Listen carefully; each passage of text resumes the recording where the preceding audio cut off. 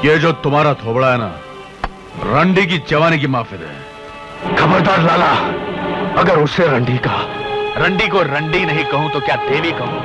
बाली उम्र ने मेरा हाल वो किया। 26 जनवरी 1990 को रिलीज हुई थी फिल्म आवारगी, जिसमें अनिल कपूर, गोविंदा, मीनाक्षी सिसाद्री, अनुपम खेर, परेश रावल, सतीश कौशिक व अवतार गिल नजर आए थे। बता दे करीबन 1.5 करोड़ के बजट में बनी ये फिल्म बॉक्स ऑफिस पर कुछ खास कमाल नहीं दिखा पाई थी और 1 करोड़ 45 लाख की कमाई करते हुए फ्लॉप साबित हुई थी।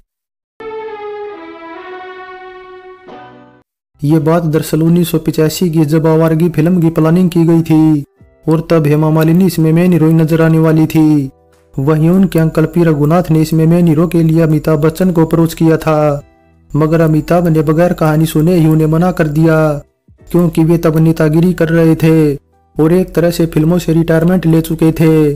ऐसे में हेमा को अमिताभ की ये बात बिल्कुल भी पसंद नहीं आई और उन्होंने खुलकर अमिताभ बच्चन को भला बुरा कहा। हेमा ने कहा कि अमिताभ केवल मनमोहन देसाई और प्रकाश मेहरा की फिल्में करते हैं, जबकि उन्हें खुद को चैलेंज देना चाहिए और अपनी बेटी जितनी उम्र की लड़कियों के साथ पेड़ों के इर्द गिर्द नाचना बंद कर देना चाहिए। वैसे इसके बाद हेमा को यह भी लगा कि अमिताभ ने आवारगी फिल्म को इसलिए ठुकरा दिया क्योंकि ये एक सीरियस सब्जेक्ट की फिल्म थी, जबकि अमिताभ को पसंद थी एंटरटेनिंग मसाला फिल्में।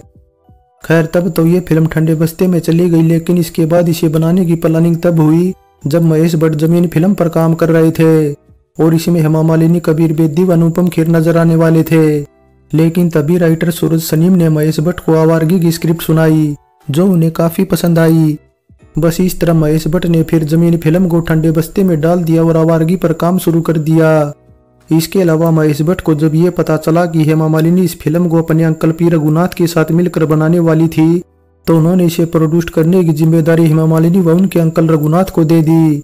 लेकिन फिर कुछ वजहों से आवारगी फिल्म डिले हो गई और इसे पूरी तरह बनकर रिलीज होने में तकरीबन 3 साल का टाइम लग गया।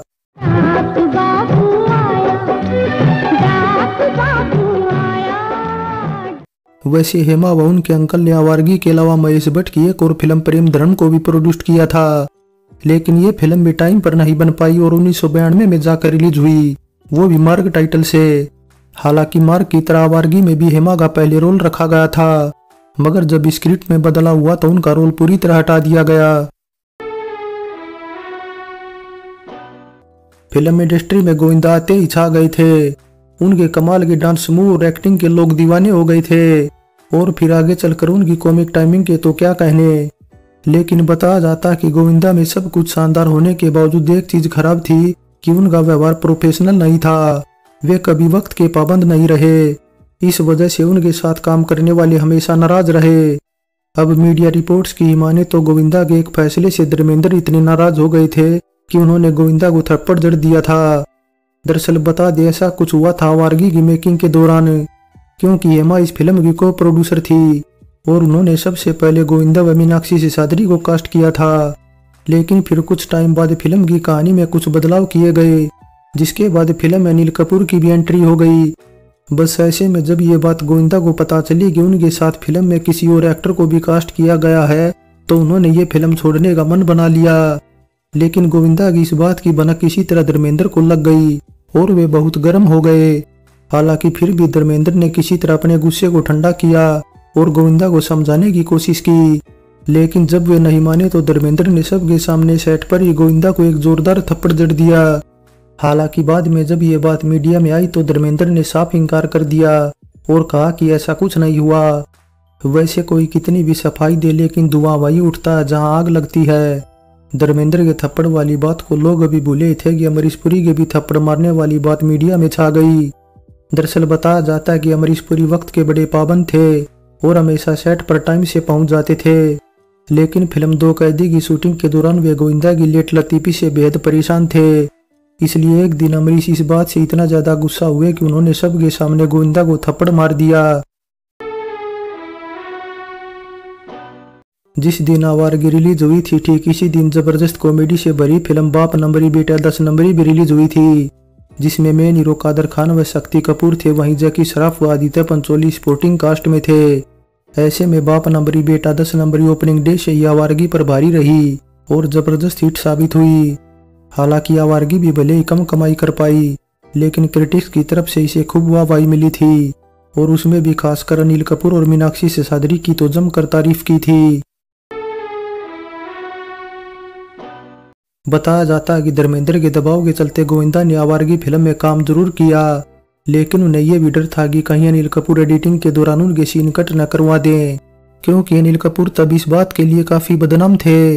लेकिन आवारगी फिल्म में अनिल कपूर ने ऐसा कुछ नहीं किया, क्योंकि उनका रोल गोविंदा के मुकाबले ऑलरेडी दमदार था। इसके अलावा एक और जानकारी ये भी दे दें कि आवारगी अनिल कपूर और गोविंदा की साथ में आई पहली फिल्म थी और इसमें इन दोनों के साथ अनुपम खेर, सतीश कौशिक और अवतार गिल भी थे, इसलिए इसे इत्तेफाक कहें या फिर कुछ और। लेकिन ये पांचों इसके बाद 1997 में आई दीवाना मस्ताना में भी एक साथ नजर आए थे और आवारगी हो या दीवाना मस्ताना दोनों ही फिल्में लव ट्रायंगल पर आधारित थी। हालांकि आवारगी जहां एक सीरियस इमोशनल ड्रामा फिल्म थी, वहीं दीवाना मस्ताना एक प्योर कॉमेडी फिल्म थी। राइटर सूरज सनीम ने आवारगी व मार्ग से पहले भी महेश भट्ट के लिए कई फिल्मों की कहानी व डायलॉग लिखे थे, जिनमें डैडी, ठिकाना, काश व लहू के दो रंग जैसी फिल्में थी। लेकिन केवल लहू के दो रंग को छोड़कर कोई भी फिल्म बॉक्स ऑफिस पर अपना जादू चलाने में नाकाम रही, जबकि लहू के दो रंग बतौर डायरेक्टर महेश भट्ट की पहली सफल फिल्म भी थी। आवारगी में संगीत दिया अनु मलिक ने, वहीं गाने लिखने का काम किया आनंद बख्शी ने, जिनके लिखे 5 गाने रखे गए थे ऑडियो एल्बम में। चमकते चांद को टूटता हुआ, मुजरे वाली हूँ मैं, मुजरा करती हूँ। बता दे टी सीरीज के अंडर रिलीज आवारगी की ज्यादा ऑडियो कैसेट नहीं बिकी थी, लेकिन इसका गीत संगीत अच्छा था, जिसमें मोहम्मद अजीज व लताजी का गाया बाली उमर ने मेरा हाल वो किया जहां सबसे ज्यादा सुना जाने वाला गाना है। वहीं पाकिस्तानी गजल गायक गुलाम अली की गाई एक गजल चमकते चांद को टूटा हुआ तारा बना दिया भी काफी अच्छी है। बता दे गुलाम अली ने हिंदी फिल्मों में सबसे पहली गजल गाई थी 1982 में आई फिल्म निकाह में, और कुछ इसी से इंस्पायर्ड गजल थी आवारगी की। चुपके चुपके रात दिन बता दे गुलाम अली ने आवारगी से पहले 1984 में आई फिल्म माटी मांगे खून में भी एक गजल गाई थी। हालांकि आवारगी के बाद उन्हें हिंदी फिल्मों में गाने का जल्दी से मौका नहीं मिला। उनकी अगली हिंदी फिल्म थी 2005 में आई बेवफा, जिसमें उन्होंने तेरी याद रह जाती है गाना गाया था। ऐ मेरे साथिया तू कोई गीत गा। चमड़ी के दल्ले, चुपचाप इसको अंदर डाल, वरना मुक्का मार के गुप्ती तोड़ डालूंगा। फाइनली आवारगी महेश भट्ट की बनाई दूसरी फिल्मों की तरह सीरियस और रियलिस्टिक कंटेंट पर आधारित थी।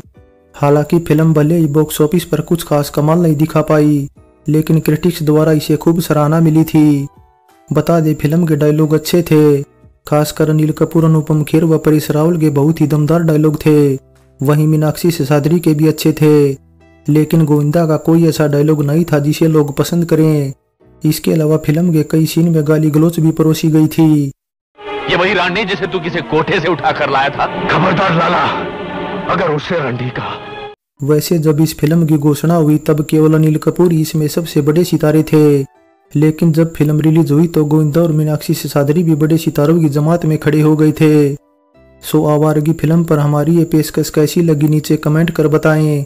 अच्छी लगी है तो लाइक करें और चैनल को सब्सक्राइब करें। सो चलते हैं, फिर मिलेंगे एक और नई वीडियो के साथ।